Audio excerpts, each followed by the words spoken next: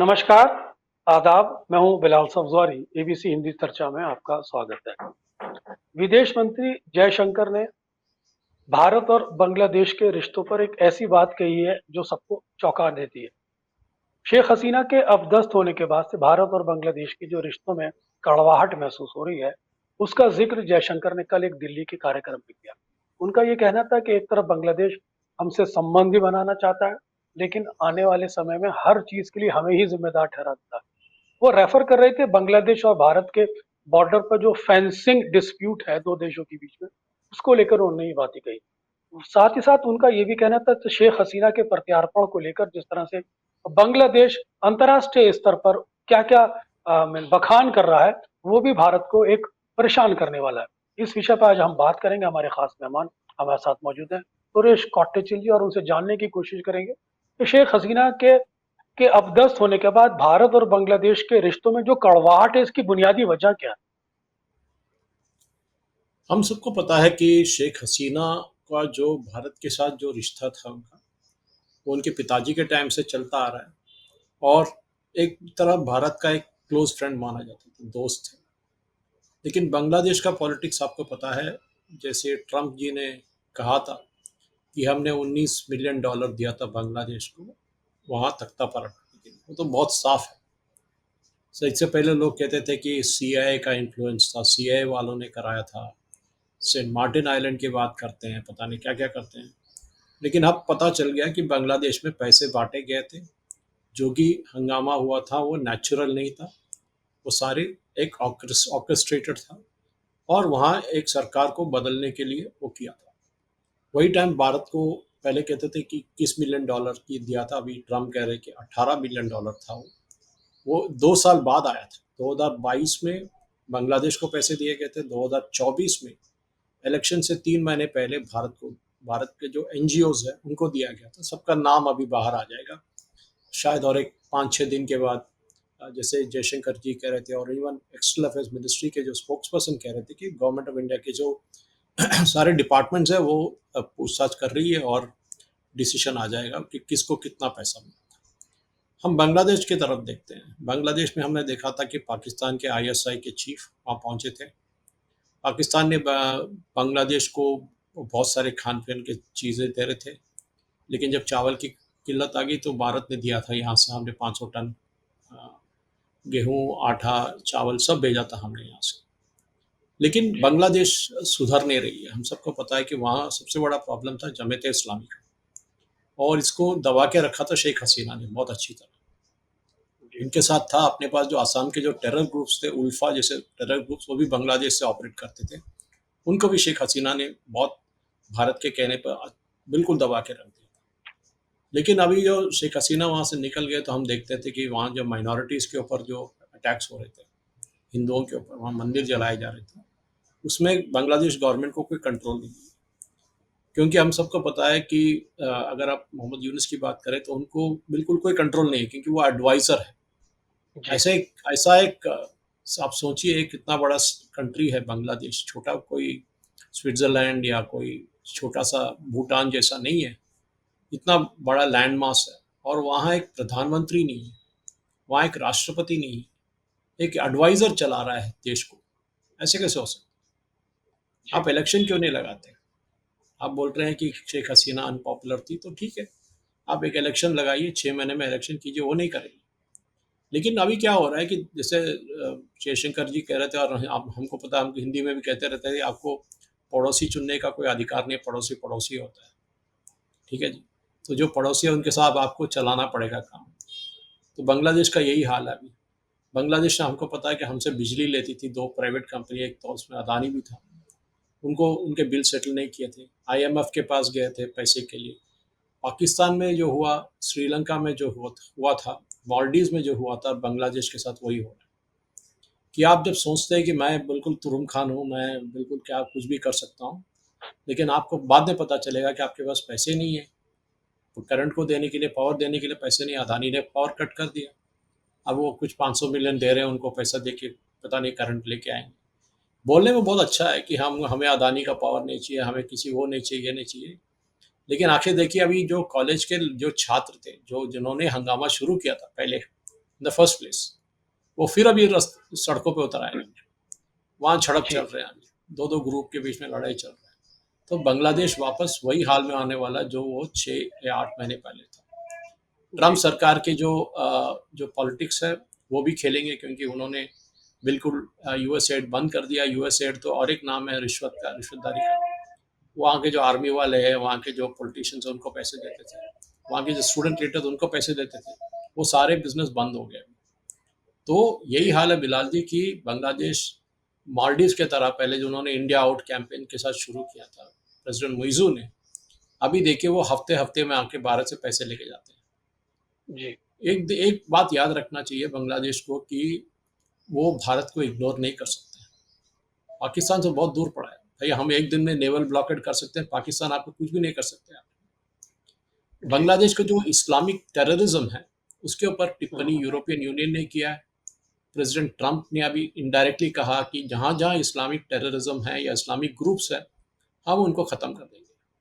वो गाज़ा हम्म। हो या सीरिया हो। हमने देखा था आईसिस ग्रुप्स के ऊपर बॉम्बिंग भी कराया था प्रेसिडेंट ट्रंप, उनके जो एयरफोर्स यूज़ कर। तो ये बांग्लादेश में भी यही हाल, क्योंकि जो मैं कभी भी कहते रहता हूँ भस्मासुर इफेक्ट कहता हूँ। शिव जी तो जी वर देते रहते थे, लेकिन एक दिन तो भस्मासुर लाके उनके सर पे हाथ लगाने चाह रहे थे। तो यही हाल है हम्म। बांग्लादेश के जो इस्लामिक ग्रुप्स है, उनको आप बड़ा चढ़ा के उनको फ्री छोड़ देंगे रोडों पे, लेकिन एक ना एक दिन वो आके आपके सर पे हाथ लगाएंगे, मोहम्मद यूनिस बिल्कुल खत्म ही हो जाएंगे। वही जी हो रहा है। लेकिन जी लेकिन सुरेश जी, मैं आपसे एक और चीज समझना चाह रहा हूँ कि अमेरिका की स्ट्रेटजी एक बड़ी अजीबोगरीब है। वो भारत के पक्ष में पाकिस्तान को कहता है कि मैं टेररिज्म के मामले पर भारत के साथ हूं, और जो पाकिस्तान आतंकवाद चला रहा है, वही बांग्लादेश के अंदर सरकार अबदस्त करने के लिए उसे पाकिस्तानी आईएसआई एजेंसी को पैसा भी देता है। तो अमेरिका का जो डबल करेक्टर है, फिर यहाँ हमारे हिंदुस्तान के अंदर वोटर टर्नआउट के लिए पैसा देता है। तो अमेरिका को कैसे हम ट्रस्ट करें? चाइना अपना पड़ोसी देश है, हमें ज्यादा संबंध सुधारने चाहिए। अमेरिका तो बड़ा प्रोफेशनल कंट्री है, ये किसी का सगा नहीं है। तो फिर हम उस पर इतना ट्रस्ट होके क्यों चले? और जिस तरह से ट्रंप ने खुद अमेरिका की पॉलिसी की पोल खोल दी है, तो उससे बताता है कि बाइडेन और इससे पहले अमेरिका के कूटनीतिज्ञ क्या कर रहे थे इस महाद्वीप में।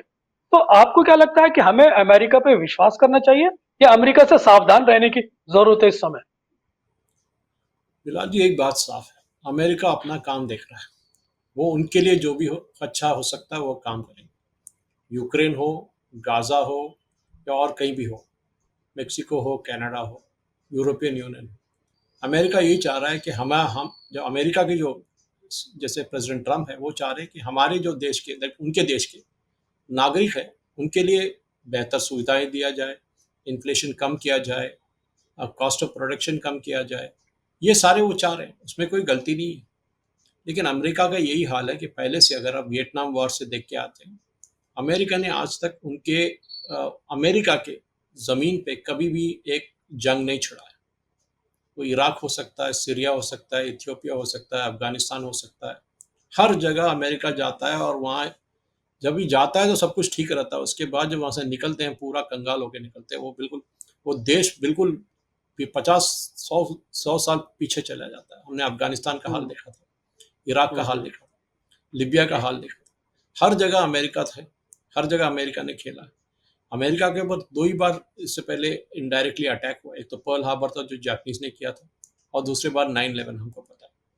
लेकिन वो इनडायरेक्ट वॉर नहीं कह सकते, वो एक एक वन ऑफ इंसिडेंट था। अमेरिका का यही हाल है कि हमारा जो इन्फ्लुएंस है वो हर जगह रहना चाहिए। वो इंडिया के ऊपर बहुत चलाते थे, किसिंजर के टाइम से आप पॉलिटिक्स देखिए, उनका वही हाल था। जॉन एफ कैनेडी का किताब पढ़िए जो मोदी जी ने राहुल गांधी को पढ़ने के लिए कहा था, उसमें भी है 62 वॉर के बारे में। ठीक है, जी अभी अमेरिका का सेल्फिश इंटरेस्ट ये है कि चाइना को किसी भी तरह दबा के रखा जाए, और चाइना को मलाका स्ट्रेट्स जो है, जो गल्फ से निकल के इंडोनेशिया की तरफ जाता है, वो सारे जो स्ट्रेट है इंडियन ओशन के थ्रू और साउथ चाइना के रूट, उसमें बिल्कुल उनका नेवल प्रेजेंस हो और भारत भी हो। इसलिए आपको पता है जब मोदी जी के साथ प्रेस कॉन्फ्रेंस किए थे वाशिंगटन में, जब मोदी जी गए थे 2 हफ्ते पहले, उनको पूछा गया बांग्लादेश के बारे में कि आप बांग्लादेश में कुछ करेंगे क्या। तो ट्रम्प ने कहा मैं नहीं, मेरे लिए तो बहुत छोटा है वो, मैं क्या उसमें बिल्कुल जाके अपना सर उड़ाऊँ। मोदी जी देख लेंगे।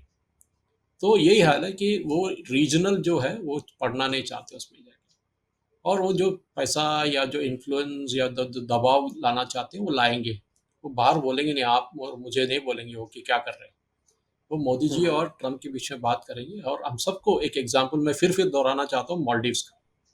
हम्म, मालदीव्स ने जितना भारत देश के ऊपर इतना एक्शन किया था, बांग्लादेश ने भी नहीं किया उतना।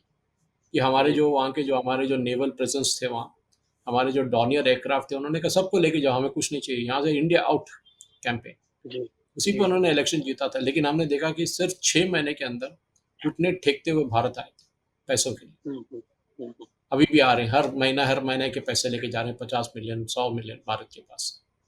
जी, यही हाल बांग्लादेश का, कि बांग्लादेश के पास उतना बड़ा कोई बड़ा एक्सपोर्ट नहीं है। उनका एक टेक्सटाइल एक बहुत बड़ा सेक्टर था, जो जी, इस डिस्टर्बेंस के बाद बहुत बुरी तरह मार खा गया। क्रिसमस हम्म, शॉपिंग का सीजन था, बांग्लादेश से कुछ गया नहीं। लुधियाना हम्म, और तिरुपुर सारा बिजनेस लेके चला गया। हम्म, तो बांग्लादेश का हाल यही है कि पाकिस्तान कितना पैसा दे, पाकिस्तान तो खुद कंगाल है। पाकिस्तान क्या जी, देगा, वहाँ उनके पास खाने के लिए चीज़ नहीं है। वो हाल है पाकिस्तान। पाकिस्तान बांग्लादेश में यही करेगा कि पाकिस्तान जो टेररिज्म एक्सपोर्ट कर रहा था वो बांग्लादेश के थ्रू भी ट्राई करेगा, जमात इस्लामी के थ्रू। लेकिन हम्म, सबको पता है, हम सबको पता है कि सीआईए का हाल, हर जगह सीआईए के लोग हैं। और हम्म, प्रेसिडेंट ट्रम्प तो बहुत क्लियर है कि भैया जहाँ भी इस्लामिक टेररिज्म का नाम हो, हम उसको हम्म, नामो निशान मार दें, बिल्कुल कंप्लीट खत्म कर मिटा देंगे। देंगे, हम्म, बिल्कुल मिटा देंगे। वही हाल होने हम्म, वाला है। तो भारत कल वही कहेगा अमेरिका को, देखिए वही वहाँ वो जमात इस्लामी वाले ये कर रहे हैं, वो नए नए टेररिस्ट ग्रुप निकल के आ रहे हैं, हम क्या करें। ट्रम्प हम्म, बोलते भाई जो करना तुम लोग कर लो, मैं उस तरफ देखूंगा ही नहीं, कुछ होगा तो मैं, हम्म, मुझे पता ही नहीं क्या हो रहा है, मैं यही कहूँगा। हम्म, तो बिल्कुल हम्म, ट्रम्प को, क्योंकि ट्रम्प के पास बहुत बड़े बड़े और प्रॉब्लम्स है। यूक्रेन का जो युद्ध चल रहा है उसको रोकने की कोशिश कर रहे हैं, उनके हम्म, इकोनॉमी के ऊपर प्रॉब्लम्स है। गाजा का इश्यू चल रहा है, इसराइल और पैलेस्टीन के बीच में, जो स्पेशली हमास के जी, साथ जो झगड़ा चल रहा है। जी, उनके पास बहुत सारे इश्यूज है इंटरनेशनल, वो डील करने में अलग लगे हुए, यूरोपियन यूनियन के साथ उनका अलग लड़ाई है। तो हम्म, सारे चीज उनके, तो बांग्लादेश छोटा सा एक क्या कहते हैं छोटा सा एक मच्छर है जो वहाँ यहाँ घूम रहा है। वो बोलता है भारत हम्म, देख देख लेगा, वो मोदी जी देख लेंगे। और देखना जी, भी चाहिए हमें। एक एक न्यूक्लियर पावर होते नाते, हमारे जो मिलिट्री स्ट्रेंथ के नाते, बांग्लादेश हम्म, हमको नहीं बोलना चाहिए कि हम क्या करना चाहिए और क्या नहीं करना चाहिए। अगर हम शेख जी, हसीना को हमने सेंचुरी दिया, पॉलिटिकल असाइलम दिया, तो ठीक है भाई। हमने तो इससे पहले भी बहुत सारे लोगों को ऐसे असाइलम दिए थे भारत में जो आए थे, उसमें कोई कमी नहीं थी। हम्म, और हम सबको पता है इस बात की।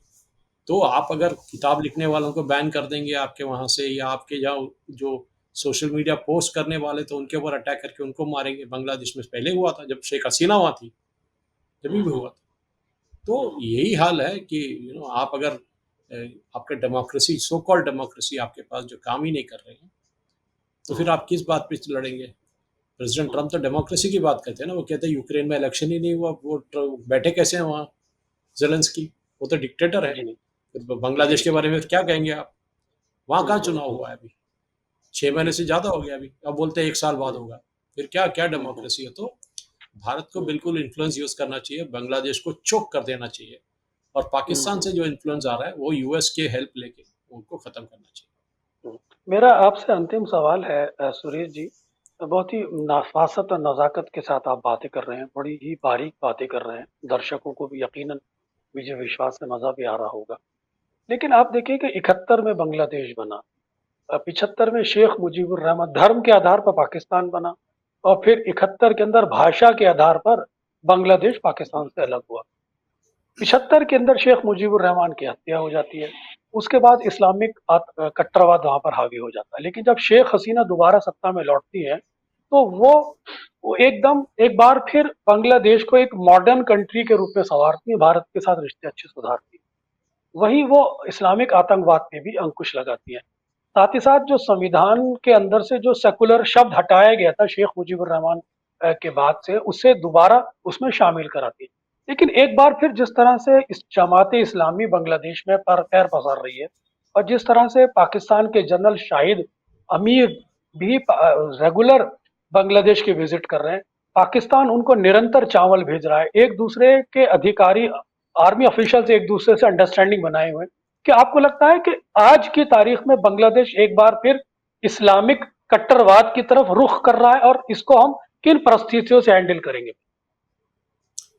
वो तो जाएंगे ना, क्योंकि उनके पास जब पावर नहीं, जो अगर आप सोचे, जो आदमी अपने आप को कहता है कि मैं यहाँ का केयर टेकर हूँ, मैं एक एडवाइज़र हूँ, वो क्या पावर है उनके पास, क्या रहेगा? कुछ नहीं रहेगा। कल बांग्लादेश के जो आर्मी चाहिए तो एक coup खत्म करके वो लोग फिर वापस अपने सत्ता अपने हाथ में ले सकते हैं, होगा भी। हमने पाकिस्तान में देखा था। पाकिस्तान में कब है, पाकिस्तान में जो भी रहे, जो भी अपने आप को प्रधानमंत्री कहे, उसके पीछे तो आर्मी है, वहाँ की फौज जी है। तो बांग्लादेश में भी यही हाल है, फौज को यही है, फौज के पास ही तो पावर है। मोहम्मद यूनिस के पास क्या पावर है? कुछ नहीं। तो जैसे आपने बताया था सही कि जब शेख मुजीबुर रहमान की जो हत्या हुई थी, उसमें तो भारत का भी गलती था कि उनको टाइम से वहां से निकाला नहीं गया था। एक रॉ का एक ऑपरेशन था जो बिल्कुल बहुत गलत हो गया, बिल्कुल मैसिव फेलियर कहते हैं इंटेलिजेंस का, जो शेख मुजीबुर रहमान का जो हत्या हुई थी।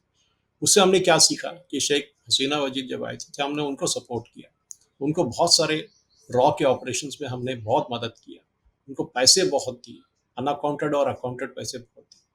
तो ये सारे हमने इसलिए किए क्योंकि हमारे जो एक तरह के जो हमारे जो नॉर्थ ईस्ट है वो कट ऑफ नहीं होना चाहिए। हमको सबको पता है कि जब भी हम स्ट्रैटेजी की बात करते हैं तो चिकन नेक की बात करते हैं। तो जी चिकन नेक तो हम सबको पता है कि सबको, ये जो 22 से 23 किलोमीटर का जो चिकन नेक है उसको काटना बहुत ईजी है, लेकिन उतना ईजी जी नहीं कि भारत जो करना है वो भी कर सकता है। भारत से जो हम्म, तेल जा रहा था बांग्लादेश के लिए वो बंद कर सकते हैं, पावर बंद कर जी सकते हैं। जी और जो अगर जी जी सबमरीन, दो एक या दो सबमरीन को लाएंगे तो पूरा बांग्लादेश, चिटागोंग और ढाका पूरा हम्म, बंद कर सकते हैं, बंदरगाह को। तो जी बांग्लादेश को भी ये सीखना चाहिए कि जो, अगर हम ये नहीं कहते कि हम बड़े भाई हैं, बड़े भाई तो है ही हम, वो तो उसमें कोई हम्म, शक नहीं है। लेकिन अगर आप हम्म, पाकिस्तान से हाथ मिला के भारत को धमकी देना चाहते हैं तो बांग्लादेश को एक सबक सिखाना चाहिए, और वो होगा भी, पक्का होगा। जी जी सुरेश जी, आपने हमसे बात की, आपका बहुत बहुत धन्यवाद। जिस खूबसूरती से आपने बांग्लादेश और भारत के रिश्तों को रखा, यकीनन वो सराहने योग्य है। दर्शक इसको जरूर पसंद करेंगे। साथ ही साथ जिस तरह से पाकिस्तान की आर्मी और बांग्लादेश की आर्मी के अंदर एक नेक्सस डेवलप हो रहा है, जिसका माध्यम आईएसआई है, जिसके संकेत साफ मिल रहे हैं, जो आने वाले समय में हमारे पूर्वोत्तर राज्यों के लिए खतरनाक साबित हो सकता है। इसको देखने की, बहुत गंभीरता से देखने की जरूरत है। इसके मद्देनजर जो जयशंकर बार बार इशारा कर रहे हैं, वो बांग्लादेश को उससे सीख लेनी चाहिए। मोहम्मद यूनुस को पता होना चाहिए कि सत्ता, जरूर भले ही वो सत्ता में जरूर बैठे हैं, लेकिन ताकत आर्मी के पास है। और जिस तरह से ट्रंप ने जो संकेत दिया है कि बांग्लादेश का मामला आने वाले समय में भारत संभालेगा, इससे साफ जाहिर हो जाता है कि भारत आने वाले समय में बांग्लादेश में क्या भूमिका निभा सकता है, जिसको लेकर बांग्लादेश के लोगों को सचेत रहना चाहिए। ये जरूरी नहीं कि वो पाकिस्तान के हाथ में खेले। अगर वो ऐसा करता है तो उसको इसका खमियाजा भुगतना पड़ेगा। सुरेश जी, आपका बहुत बहुत धन्यवाद। आपने हमसे बात की, हमारे दर्शकों को एंटरटेन किया। मेरे सभी दर्शकों से मेरा निवेदन है कि एबीसी चैनल को सब्सक्राइब करते रहें, सभी प्लेटफॉर्म पर शेयर करते रहें। साथ ही साथ हमें अपने विचारों से भी कमेंट बॉक्स में निरंतर अवगत कराते रहें। धन्यवाद। एबीसी हिंदी न्यूज, आज ही जुड़िए हर खबर के साथ।